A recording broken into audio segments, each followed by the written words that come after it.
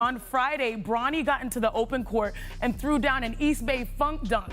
Then the next night, Bronny dropped 22 points in an upset win over Wheeler and top 10 recruit Isaiah Collier. Now, at the same time, LeBron was in Sacramento dropping a game-high casual 37 in a city where he made his NBA debut 20 years prior. But before the Lakers got their season-high fifth straight victory, LeBron sat down with our Dave McMenamin to discuss the one goal he prioritizes above everything else.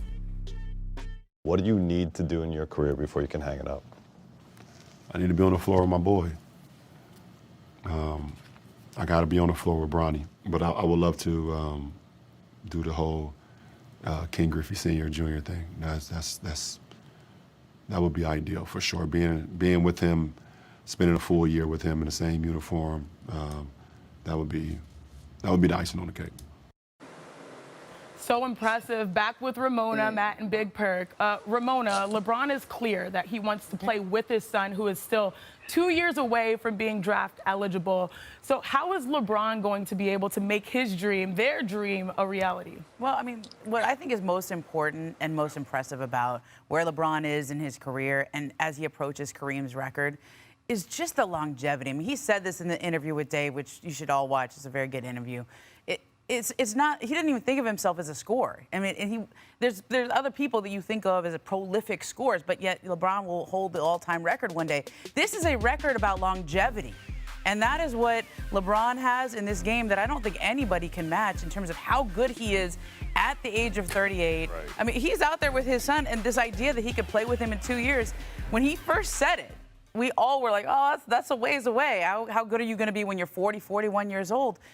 If he's even half as good as he is now in 2 years, I think it's realistic. Yeah, in this recent stretch of since he turned 38, hasn't he been like averaging 38? It's wild. As if 29 wasn't good enough. Thank you, that part. Perk, out of all the accomplishments that LeBron has just continued to pile up over his entire career, where would taking the floor with his son rank? Well, we're going to take it here. First of all, let's applaud LeBron James as a father. And let's applaud Savannah and the rest of their family for how they're handling this situation when it comes down to Bronny.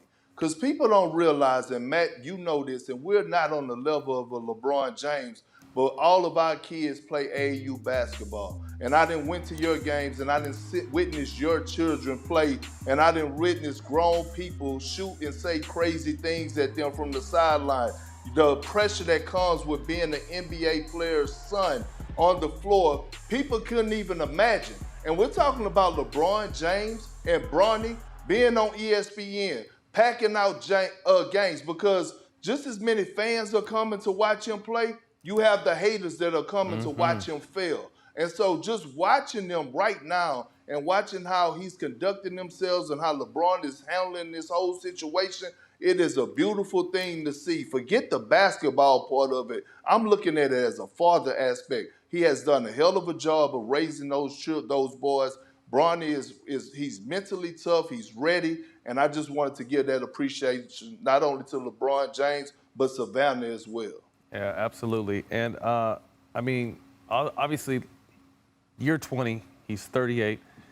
He's slowed down a little bit, but his numbers haven't. His numbers are still incredible. So if we're thinking 2 years from now, I still think Bron has 3 or 4 years to play, honestly. Maybe he might, that might be a swan song. The 1 year he's able to play with his son and kind of call it quits after that. But, I mean, I think LeBron has been the one player that has always kind of just really been able to do what he wants to do in this league, and he's earned that. So I don't see why this is far-fetched. I mean, I just wonder where it's going to be at. It was far-fetched when he first said it, though, wasn't it? Right. And now I just wonder where he's going to be at when this happens. Ramona might have some inside Laker news on that, but I just wonder where is this duo going to happen, because to me, there's no doubt it will happen. And things of this magnitude typically get our guy tweeting. I'm talking about you, Perk, and you put out there on Twitter, the 2023 Lakers ain't playing no damn games I see. I'm just going off of your tweet. This was a very impressive win in Sacramento tonight on a back-to-back. One could argue that over the last 5 games, they have been playing some of the best basketball in the league. Carry the hell on. I don't know if I That can wasn't do deep enough. I don't have the octave. Yeah. What have you You seen? gotta have food in your throat to say that. Oh, wait, Perk, I can't do it. Turn the hell on. Perk, what have you seen from the Lakers that have been inspiring basketball? Well, just inspiring play on both ends of the floor. Think about their last 3 wins. It came against the Miami Heat, the Atlanta Hawks, and the Kings off of back-to-back. And let me take a moment, since I'm giving out flowers today, happy Monday to everybody.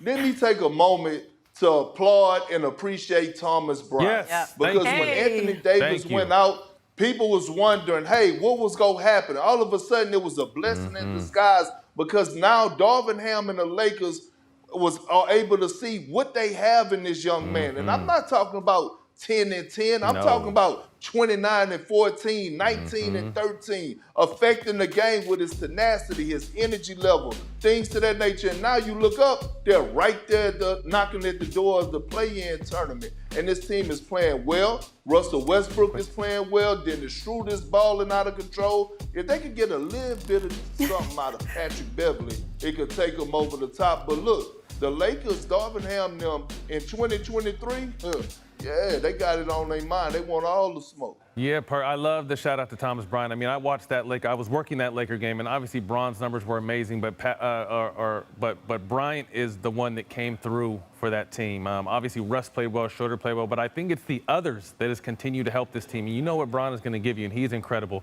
I got a chance to speak to Darvin Ham, and they said there's no real timetable on AD, but my hoping is that they can get him back right before the All-Star break, post-All-Star break, and just come together, because I really felt like they were doing that right before AD got hurt. But all the other guys, and I say that with all due respect, have been playing really well, and we know what Bron and AD, when healthy, are going to give us.